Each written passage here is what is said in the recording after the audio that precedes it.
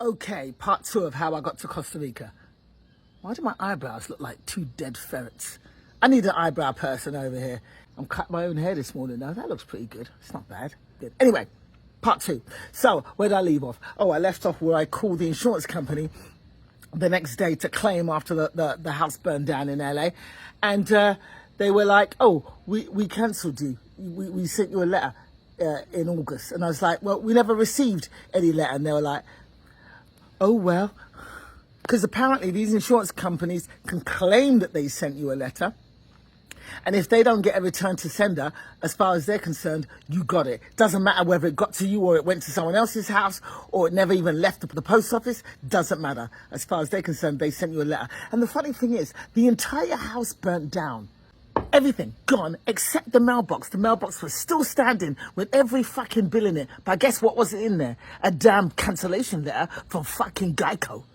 So the whole thing is a scam. So they say they sent us a letter claiming that they were going to cancel us in August, which we never received.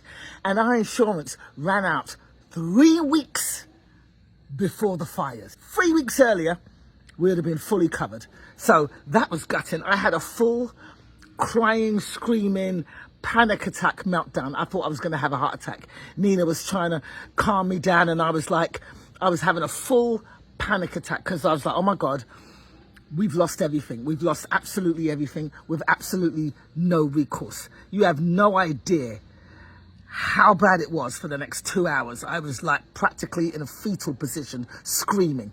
Because I know people go, oh, but Gina, you're a celebrity. You got lots of money. No, here's the thing. I've been hustling in this industry for 30 years. I've been making a good living. I've been living a good life. I don't regret anything because I'm doing what I love for a living. And it was never about the money. It was just about doing something I wanted to do and having the freedom.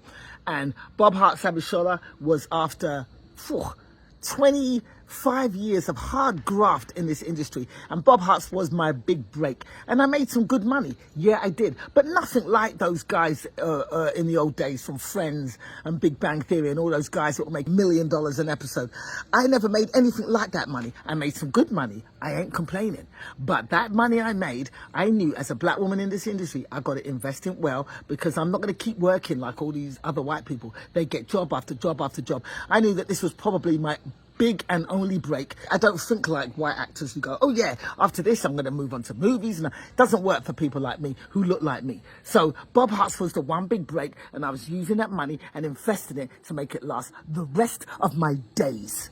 And a very large part of that investment was our home. We're like, let's put all our money into the house.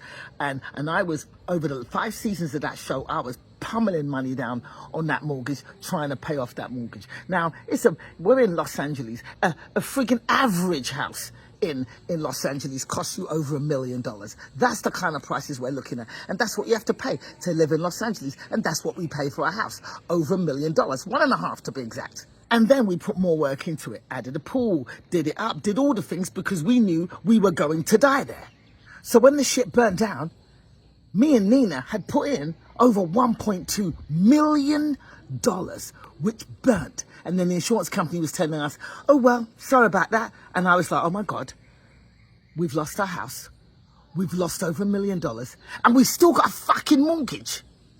Anyway, after crying on the floor and hugging myself and Nina trying to stop me from dying of a heart attack and my best friend and my brother and people calling me up from London to try and calm me down, I got back in my headspace and got to work. So I called the mortgage company because we've been paying the insurance every year through our mortgage. It was part of escrow. It's all bundled up in one payment. The mortgage company pay the yearly insurance and then we pay it as part of our mortgage. So it was part of my mortgage payment. So I was like, hold on a minute. The mortgage company pay my insurance every year. If we didn't have insurance, surely they should have let us know. So I called the mortgage company. I tried to stay calm, but I'm fucking furious, but I tried to stay calm. And I'm like, hey, you guys were paying our insurance. I've been paying the insurance every month through the mortgage, through you guys. Geico has automatically renewed our policy every year. So people go, well, why didn't you know they'd been cancelled? Because every year Geico had automatically renewed our policy. And it just carried on through the mortgage payment. So we had no idea that they were going to cancel us. And we never received this letter that they were supposed to have sent. And we were paying the same mortgage every month. So we assumed that our insurance was being paid. Anyway, long story short, mortgage company is like, okay, yeah. And I'm like, well, you're supposed to have paid the insurance, and so are you not partly liable for not informing us? And they were like, well, technically we don't have to inform you if you've got no insurance. And I was like, well, that's funny because in October I received an email from you saying, oh, your insurance is about to renewed, this is the new cost probably. So you emailed us to tell us that our insurance was about to be renewed, but then you don't email us or call us to tell us that our insurance was not renewed. Yeah, if you're going to tell lies, at least fucking try and make your lies make sense. It went through a load of different departments and they were like, I think we can help you. The final woman's like, I think we can help you. We have this insurance policy that we could put in place and backdate it to the day before the fires, and that will cover some of your losses. And so me and Neil were like, yeah, tell us more. So basically what the mortgage company did was put in place a backdated insurance policy. It's called a forced place policy. So if you have a mortgage, thank God I still had a mortgage because I was trying to pay off the mortgage. I'll come back to that. Anyway, so if you have a mortgage and you don't have insurance, your mortgage company has to force you to have an insurance policy. So they will put one in place, which is way more expensive than your average insurance policy. Like my insurance policy for this house in LA was $2,000 a year, which is super expensive because my previous house in North Hollywood was $800 a year. Then we moved to Altadena and it went up to $2,000. With this forced place policy is $20,000 per year. Yeah, you heard me correctly. But they put this back, and this policy does not cover everything. It's an inferior policy. All it does is cover the structures.